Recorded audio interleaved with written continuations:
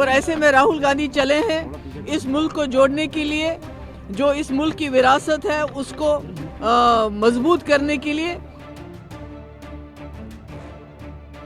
दोस्तों नमस्कार, VK news देख रहे हैं आप। मैं हूं आपके साथ हेमंत और हमारे साथ मौजूद हैं शेखर जी। उनसे बातचीत करेंगे क्योंकि लगातार जो तस्वीरें निकलकर सामने आ रही हैं भारत जोड़ो यात्रा को लेकर, कई फोटोज हैं, कई वीडियोज हैं, सोशल मीडिया पर वायरल हैं। लेकिन इस बीच एक ऐसा बयान सामने आ गया क्योंकि भारत जोड़ो यात्रा में दरअसल किसी भी पार्टी ने, किसी भी नेता ने समर्थन भारत जोड़ो यात्रा को लेकर दिया नहीं। कुछ ऐसे लोग जरूर जुड़े जो किसी पार्टी में पहले थे, जैसे कि योगेंद्र यादव, लेकिन वो किसी पार्टी में फिलहाल नहीं है। लेकिन बड़ी पार्टियों की ओर से कोई समर्थन भारत जोड़ो यात्रा को लेकर नहीं मिला है। लेकिन अभी एक बयान सामने आया है पीडीपी अध्यक्ष महबूबा मुफ्ती का, और उन्होंने सीधे तौर पर यह संकेत दिए, ये इशारा दिया है कि भारत जोड़ो यात्रा को लेकर वो उनके साथ खड़े हैं। देखिए, जहां तक राहुल जी का सवाल है, इस मुल्क की विरासत, गांधी नेहरू की विरासत, आजादी की विरासत, यहाँ का सेकुलरिज्म, यहाँ का भाईचारा, यहाँ की डेमोक्रेसी है।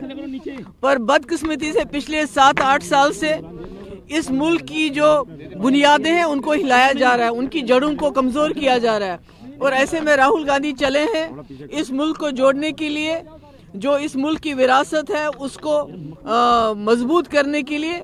हम उनको इसके लिए सलाम करते हैं और उन्होंने जुर्रत की, इस वक्त निकल रहे हैं, मुल्क को जोड़ने के लिए निकल रहे हैं। गांधी जी ने यहाँ के भाईचारे के लिए अपनी जान दी और उसी कुर्बानी को वो कायम और दायम रखने के लिए इस वक्त जो राहुल जी चले हैं, ये बहुत अच्छी बात है। नहीं, अच्छा है, ये अच्छी बात है, क्योंकि ये इस मुल्क की यही एक खूबसूरती होती थी कि जो भी आपके अपोनेंट्स हैं उनकी आप इज्जत करते थे, चाहे वो जिंदा हो चाहे इस दुनिया से चले गए हो। मगर बदकिस्मती से जो नई हुकूमत आई है पिछले 8 साल से, उन्होंने इस मुल्क की तमाम बुनियादों को हिला के रख दिया है। निश्चित तौर पर खड़े हैं, बयान दिया है, क्योंकि उनके सामने खड़े रहने के अलावा फिलहाल महबूबा मुफ्ती के खुद के सामने कोई रास्ता है नहीं। क्योंकि यहाँ पर हेमंत, एक चीज़ समझनी होगी कि भारत जोड़ो यात्रा अब अपने उस दौर में जा रही है जहाँ पर उन्होंने कन्याकुमारी से जम्मू कश्मीर तक ले जाने की बात की। लाल किले से बोलते समय राहुल गांधी ने यह भी कहा कि जम्मू कश्मीर में जाकर वो तिरंगा फहराएंगे। अब तिरंगा फहराएंगे, मेरी बात को आप ध्यान से सुनिएगा, तिरंगा कोट अनकोट कर करके बोल रहा हूँ, तिरंगा, वही तिरंगा जिसके लिए महबूबा मुफ्ती ने कहा था कि जब तक धारा 370 जो है जम्मू कश्मीर में रिस्टोर नहीं होती है, जब तक जम्मू कश्मीर का झंडा वापस नहीं आता, तब तक वो तिरंगा नहीं उठाएंगी। यानी तिरंगा वही है जिसको राहुल गांधी फहराएंगे, लेकिन महबूबा मुफ्ती नहीं उठाएंगे। और वो राहुल गांधी के भारत जोड़ो यात्रा का समर्थन कर रही है। अलग झंडा चाहिए अपना, उनको अलग झंडा चाहिए, तो वो समर्थन भी कर रही है साथ में, लेकिन वो तिरंगा भी नहीं उठाएंगी। इसको कांग्रेस पार्टी इस चीज को कैसे हैंडल करेगी? बिल्कुल, क्योंकि यहाँ पर कांग्रेस पार्टी के सामने भी चुनौती है कि आप साफ करें कि क्या इस तरह के किसी भी शख्स का आपको समर्थन चाहिए जो तिरंगा ना उठाने की बात करता हो। और एक और बात बड़ी है जो मैं आपको कोट अनकोट करके बताना चाहूँगा, महबूबा मुफ्ती ने खुद कहा था, हमारे दर्शकों को शायद पता भी होगी लेकिन याद दिलाना जरूरी है। उन्होंने कहा था, ना समझोगे तो मिट जाओगे ए हिंदुस्तान वालों, तुम्हारी दास्तां तक भी ना होगी दास्तानों में। यानी कि वो अलग देश है जम्मू कश्मीर और ये हिंदुस्तान अलग देश है। ये महबूबा मुफ्ती की सोच है, तिरंगा वो उठाएंगी नहीं। हिंदुस्तान के मरने और मिटने की बात करती हैं वो महबूबा मुफ्ती। क्या ये पीडीपी अध्यक्ष ने जो जिक्र कर दिया, ये बैकफायर राहुल गांधी के लिए क्या? मेरे हिसाब से तो राहुल गांधी के लिए ये जो है एक तरीके से नेगेटिव ही है, इसका कोई फायदा नहीं मिल रहा। हालांकि पॉलिटिकल हिसाब से देखें तो महबूबा मुफ्ती हो सकता है ये चाहती हूँ कि भविष्य में जम्मू कश्मीर की राजनीति में, क्योंकि वहाँ चुनाव भी होने वाले हैं, वहाँ की राजनीति में अपनी ज़मीन को वापस तलाशने के लिए जो लग्गी उनको चाहिए, जो बैसाखी उनको चाहिए, वो इनके लिए राहुल गांधी की पार्टी यानी कि कांग्रेस पार्टी बन सकती है। क्योंकि ये वहाँ पर जाएंगे भारत जोड़ो यात्रा में, निसंदेह भीड़ तो हो रही है। वो भीड़ जो है वो तमाशबीन है या फिर वोटर है, ये अभी कहना थोड़ा सा मुश्किल होगा, लेकिन इस भीड़ का इस्तेमाल हो सकता है जम्मू कश्मीर महबूबा मुफ्ती जो है वो करना चाहती हूँ। तो उस लिहाज से ये बयान तो ठीक है, लेकिन कांग्रेस पार्टी के लिए ये साफ करना कहीं ना कहीं ज़रूरी है कि ऐसे शख्स के साथ आप, ऐसे शख्स की वकालत आप लेकर भला क्या करेंगे जो हिंदुस्तान की और जो तिरंगे का अपमान करने की बात करता है। क्योंकि एक तरफ आप हिंदुत्व की ओर इशारा कर रहे हैं, हिंदुत्व पर जोर दे रहे हैं, लगातार जो फोटोज चाहे उज्जैन का जिक्र कर लें या फिर अभी दिल्ली के मंदिर की बात कर लें, हिंदुत्व पर जोर है एक तरफ, और दूसरी तरफ वो शख्स जो ये जिक्र कर रहा है कि राहुल गांधी विरासत को बचाने की कोशिश में फिलहाल लगे हुए हैं, एक विरासत का भी उन्होंने जिक्र किया। जाहिर सी बात है कि जो जिस तरह की पॉलिटिक्स राहुल गांधी फिलहाल पिछले 2-3 महीने से कर रहे हैं वो अपने आप में नई तो कही जा सकती है, क्योंकि उन्होंने ना सिर्फ अभी अटल जी के समाधि पर जाकर मतलब अपने जो उनके पूर्वज थे या पुरखे थे जो उनके अपने थे उनके समाधि पर तो गए, उसके अलावा अटल जी की समाधि पर गए। एक नया प्रयोग है, एक नई परिभाषा गठित करने की कोशिश की जा रही है।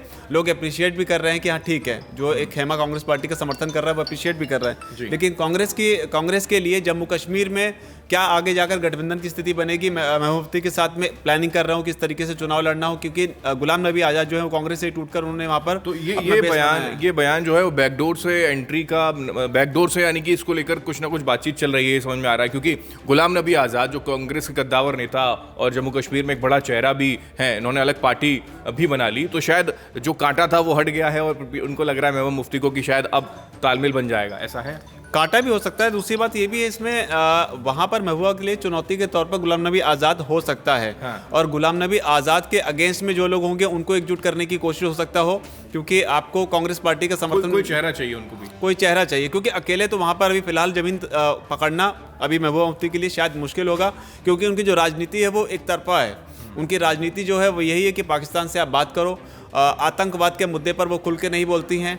जो लोग भी जम्मू कश्मीर में अराजकता फैलाते हैं उस मामले में भी वो हमेशा दोहरा रवैया ही अपनाती हैं, खुलकर ये बात नहीं करती हैं, राष्ट्रवाद की बात खुलकर नहीं करते हैं। उनके लिए सिर्फ जम्मू कश्मीर का अलग स्टेटस जो है वो ज़्यादा मायने रखता है, धारा 370 जो है वो ज़्यादा मायने रखती है। तो इस लिहाज से अगर देखें तो अब गुलाम नबी आज़ाद की काट के तौर पर ये अलग से एक समीकरण गठित करने की कोशिश जो है वो हो सकती है। तो भारत जोड़ो यात्रा में क्या माने शेखर जी की अब शुरुआत हो गई है कि कई नेता, कई पार्टी जो हैं वो समर्थन में आए, क्योंकि एक फ्रंट बनाने की जो कोशिश बार बार होती रही जो कभी कामयाब हुई नहीं, शायद इसके जरिए ये वैतरणी पार हो जाए, शायद इसके जरिए कोई बड़ा चेहरा निकलकर सामने आए, चाहे वो राहुल गांधी हो, शायद ऐसी नहीं। ये आइस ब्रेकिंग तो हुई है, लेकिन जो थर्ड फ्रंट की बात हो रही है, जो मतलब कि सारे एकजुट होकर आए, इसकी जो बात हो रही है, नीतीश कुमार बातचीत कर रहे हैं ममता बनर्जी को, नहीं तो वहाँ खेल अलग है ना, कि वहाँ तो इतने ज्यादा आईपीएल टीम हो गई कि हर आईपीएल टीम का अपना अलग कैप्टन है। तो वहाँ टीम इंडिया का कैप्टन कौन बनेगा, क्योंकि राहुल गांधी चाहते हैं वो बने, गांधी परिवार चाहता है कि राहुल गांधी बने।